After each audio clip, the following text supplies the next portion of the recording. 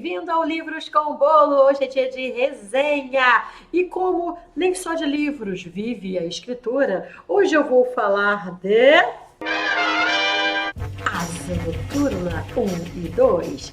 Então, em primeiro lugar, eu quero dizer por que eu estou tão empolgada em falar do Asa Noturna, do meu querido Dick Grayson. Para você que chegou agora e você não sabe nada de quadrinho, você é uma pessoa perdida na vida, chegou de paraquedas, não sabe nem em que planeta você está, eu vou te explicar que o Asa Noturna é a nova identidade do Robin. O Robin é aquele do Batman mesmo, só que é o primeiro Robin, é o Dick Grayson. E eu tenho um carinho muito especial por ele, porque eu costumo dizer que o Dick Grayson foi o meu primeiro namorado. E ela não é minha namorada! Porque eu era apaixonada pelo personagem.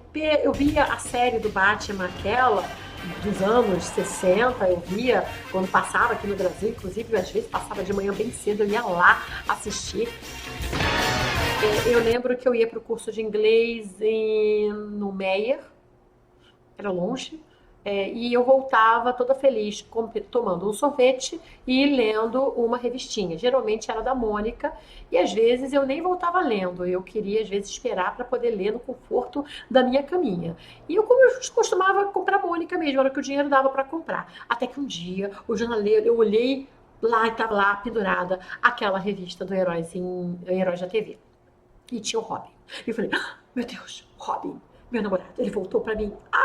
Eu preciso. Eu comecei a folhear e comecei a me apaixonar, só que eu tava com a Mônica de um lado e o Heróis da TV do outro, eu não sabia qual dos dois, só tinha dinheiro pra um, né, a vida. E no final eu entreguei a Mônica, foi ali o meu momento de transição.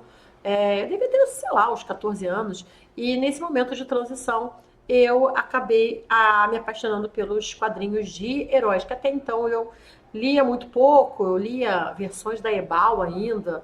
Quem não sabe, era uma editora de quadrinho, fazia aquele papel duro, fazia umas edições maiores, bem antigas, que eu comprava em sebo, nem comprava em banca, porque não era no tempo de banca.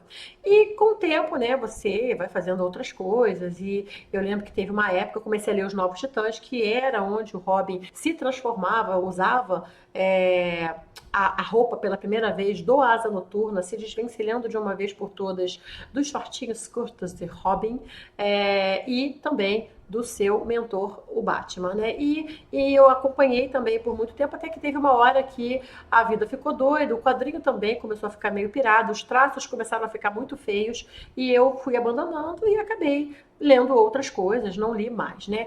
E agora, esse tempo todo depois, anos e anos depois, eis que surge Asa Noturna. Eu descobri pelo TikTok, eu vi várias pessoas resenhando, fazendo pequenas resenhas desse álbum, né? É uma graphic bem bonita e eu acho isso aqui bem legal, olha só que interessante, mostrando todas as versões aqui do Dick Grayson, né? E aqui as mãos do Alfred, eu achei isso bem legal também, né? E esses uniformes, né? Que ele teve. E eu procurei, o Renato procurou para mim, na verdade, e a gente ele encontrou em algum lugar na Saspenha, e eu li, e essa história, ela é um compilado, né, de provavelmente a série tradicional dele, é do Tom Taylor e do Bruno Redondo, né? A criação original é do meu tempo, né, a Marvel Wolfman e George Pérez, e o traço do George Pérez era maravilhoso. E aqui esse traço é muito bonito, esse traço é muito bonito. Gente, eu fiquei muito apaixonada por esse traço, tá? Eu gosto muito de desenho, como vocês sabem, eu já fiz quadrinho numa época muito louca da minha vida, então eu tenho uma especial atenção quando a arte é bonita desse jeito. Então você tem, inclusive, isso daqui, ó, é uma linguagem de quadrinho diferenciada, né? Que não é mais aquele quadradinho do lado de quadradinho, é uma coisa tão viva, tão 3D. E eu amei essa história, ela me trouxe até um eco, porque naquele momento eu estava escrevendo Ventos da Guerra. E o Ventos da Guerra fala sobre uma cidade, né? Em algum momento vai falar de uma cidade que tem muito crime, tem muita injustiça social e tudo mais. E aqui também se fala muito disso. Então eu achei que caiu como uma luva eu estar falando, escrevendo uma coisa e estar lendo algo que fala a respeito, né? E aí depois o Renato achou para mim o número 2, que a gente também não sabia que já tinha, ó. Ele tem esse acabamento, né, em high gloss, que eu acho muito bonito. Gosto muito desse tipo de acabamento. E esse daqui já tem uma galera maior: Tom Taylor, Robbie Rodrigues, Cian Tormey e o Daniel HDR. Eu não vi aqui o Bruno Redondo, embora eu vi até o nome dele em algum lugar por aqui. Mas aqui eu já comecei estranhando o traço. O traço não é o mesmo. O traço aqui ele é bem mais. Ele é bonito também, não é que seja ruim, né? Ele é bem bonito, mas ele é mais assim, caricato, é como se fosse um traço mais duro, sabe? Tem umas imagens bonitas, tem umas imagens bacanas. Então, se você ver aqui, eu vou mostrar até aqui uma. Aqui, ó. Essa cena aqui, ó. São coisas mais caricatas mesmo, né? Tende para caricatura. Eu não curto, tá? Eu vou confessar que eu gosto mais quando o traço ele é mais até mais realista, mais bonito, como foi o do número 1, né? Então esse aqui, mas isso assim, não desmereceu o livro em si, esse é um gosto pessoal meu, tá? Não tem nada a ver com a qualidade, não é ruim, tá? Tô longe de dizer isso, tá? Mas eu fui lendo, né? Não tive nenhum problema com isso.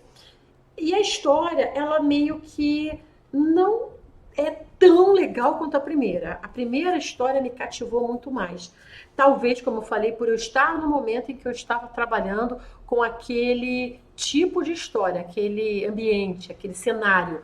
E aqui ele já vem um cenário completamente diferente e ele vem também com algumas situações em que você precisaria talvez ter um background maior de histórias recentes e eu não tenho. Não prejudicou a leitura, mas de vez em quando você lia embaixo, veja o que aconteceu em Batman número tal. Eu sempre odiei isso. Eu sei que é de quadrinhos, gente. Eu sou desse tempo que tinha isso e você tinha que ficar catando os pedaços das histórias em outras histórias. Hoje com a internet, pelo menos, é bem mais fácil, né? Então você tem vários flashbacks. Então aqui, por exemplo, você tem um flashback com o Alfred vivo, você tem o flashback dele falando com o Tim Drake, falando com o Jason Todd, falando com outros Robins, e às vezes até lidando com a galera dos Novos Titãs. Então achei bem legal porque também honrou a memória que eu tenho de ter conhecido ele naqueles cenários. Então tem muitos flashbacks nessa história que me deixaram muito feliz em saber que, olha, alguém lembra que isso aconteceu. Porque se tinha uma coisa que sempre me deixava muito frustrada, eram as séries dos anos 80, em que aconteceu um monte de coisa num episódio e na semana seguinte ninguém lembrava. Começava do zero. Parecia que alguém tinha apertado aquela luz no nosso cara e todo mundo esqueceu e só você conseguia lembrar da vida passada daqueles personagens, né? E aqui não, aqui eles realmente honram bastante, eles trabalham bastante essa parte da nostalgia, do passado. É um personagem que tem um passado muito rico, é um personagem extremamente carismático, tanto que ele é um personagem que eu vou até mostrar aqui umas imagens bem legais dele. Nessa história aqui, inclusive, a coisa mais fofa que tem é quando ele resgata, logo no início, ele resgata uma cachorrinha de 3 pernas. Eu achei isso muito lindo, de uns bullying, de uns caras horrorosos que estavam lá batendo nela. Então, ele é um personagem maravilhoso e ele é um personagem que também muito querido pelo GBT Q+, eu acho que eu falei certo, espero ter falado certo. Tá, enfim, é um personagem extremamente querido e essas artes aqui, essas capas alternativas, gente, isso aqui tá muito lindo. Tem umas imagens aqui que, sinceramente, eu tinha vontade de transformar em quadro, tá? Não se espantem se um dia vocês virem um quadro desses aqui atrás de mim, tá? Então é isso. Para quem gosta de quadrinho, eu acho que foi uma excelente viagem esses dois, né? Independente de você acompanhar a saga do Dick Grayson ou não, eu acho que é uma boa coleção de quadrinho. Eu amei, fazia tempo que eu não tinha vontade de colecionar. Inclusive, eu estava colecionando e lendo o Inosan. E aí eu parei, né, e vou voltar, porque ele é meio traumático, tá? Inosan, eu vou fazer depois a resenha dele, mas ele é um trauma depois do outro, não é para qualquer um, não. Esse aqui eu consideraria que sim, é para todas as idades, é bonito, é gostoso, é bem humorado, é rico, né? E ele é muito emocionante também. Ele tem uma coisa emocional muito bonita, de não ter medo do emocional, não ser aquele personagem que tem medo de sentir e não ser uma história que tem medo de fazer você sentir alguma coisa. Porque às vezes eu sinto isso em alguns quadrinhos. Parece que não posso deixar você sentir nada não, porque não, você é um robô, você não pode sentir nada. Não, isso aqui não tem esse problema, você pode sentir sim, você pode ser emocional, você pode se emocionar. Então eu achei maravilhoso, lindo, tá? Então estão aqui as minhas duas dicas de leitura, nota 10 para o primeiro, nota 9 para o segundo, aguardarei o terceiro ansiosamente. Então, esse foi o nosso Vivendo e Escrevendo de hoje, com uma resenha diferente. Espero que você tenha curtido, espero que você tenha gostado. Mas e você? Tem algum quadrinho em mente que você já leu ou gostaria de ler? Você curte essa linha ou você é só dos livros mesmo? Me diz aí nos comentários que aí, dependendo das respostas, eu trago mais quadrinhos para vocês, porque eu gosto bastante dessa linha. Um super beijo e até a próxima!